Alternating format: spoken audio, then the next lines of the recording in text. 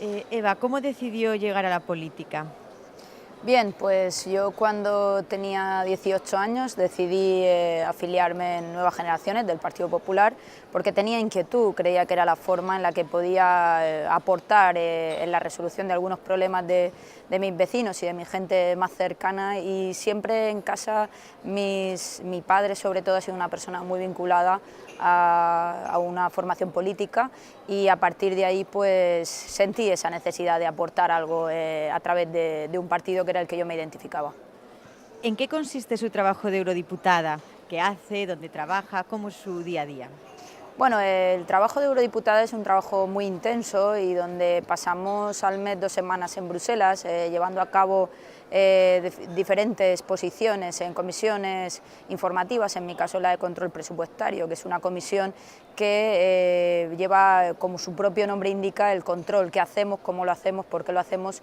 en cuanto al gasto del dinero y del presupuesto, no solo del Parlamento Europeo, sino también de la Comisión y del Consejo y de las diferentes agencias. También nos entrevistamos con diferentes, no solo ciudadanos, sino también asociaciones y empresas o sectores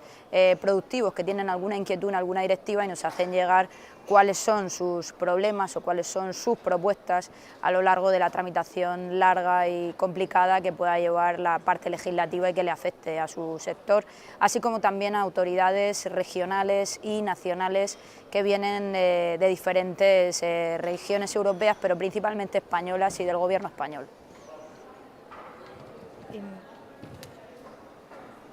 ¿Cómo es la relación entre los diferentes eurodiputados y los diputados de diferentes países y diferentes grupos políticos? Bueno, aquí no tenemos en este momento, el Parlamento Europeo no tiene mayoría absoluta, por tanto es frecuente y es normal encontrar en una mesa sentados a compañeros españoles de diferentes grupos políticos y también a compañeros de otros países, porque todo se lleva a cabo en una negociación constante para el Estado español, en el caso de ser un asunto que tenga que ver con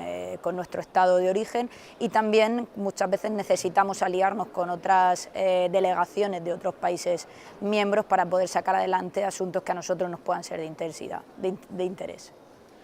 ¿Qué poder de decisión tienen los eurodiputados sobre la Comisión Europea? ¿Es cierto que a partir de las elecciones de mayo de 2014 el Parlamento y, por tanto, los ciudadanos tendrán más peso en el rumbo que tome Europa?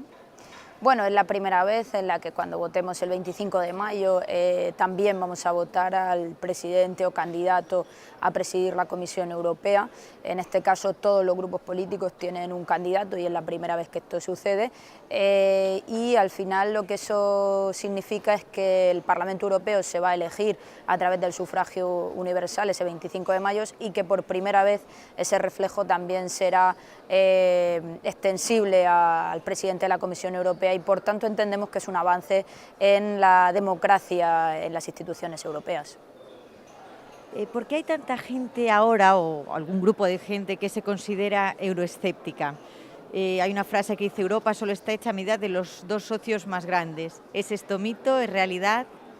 Bueno, yo creo que al final el tema de los euroescépticos pues viene en un momento en el que estamos pasando. Es verdad que ahora hay una mejor perspectiva del tema de la crisis económica, hemos tenido momentos muy duros, siguen siendo momentos difíciles, pero evidentemente estamos mejorando y en la senda de la salida de este túnel. Y es un poco injusto también que muchas veces a la Unión Europea y a las instituciones europeas, cuando la cosa va bien, pues se le felicite y se piense en ellos en positivo y como la salvación del mundo, y cuando las cosas van mal sean el problema. Yo creo que siempre existe el término medio, ni en unos momentos es algo que sea de 10, ni en otros momentos somos el problema, la crisis económica. Yo creo que la Unión Europea ha demostrado en un momento muy complicado de crisis internacional y de los Estados miembros que hemos estado a la altura de las circunstancias, que el euro ha mantenido una posición de unidad y salvando sus problemas, y también que las instituciones europeas han podido ayudar a países quizá con unos problemas diferentes y con un desarrollo más mermado a salir ya no de la crisis, sino de una situación de extrema gravedad. Hablando de crisis, ¿qué peso tienen en Europa los agentes políticos y qué peso los agentes económicos a la hora de tomar decisiones?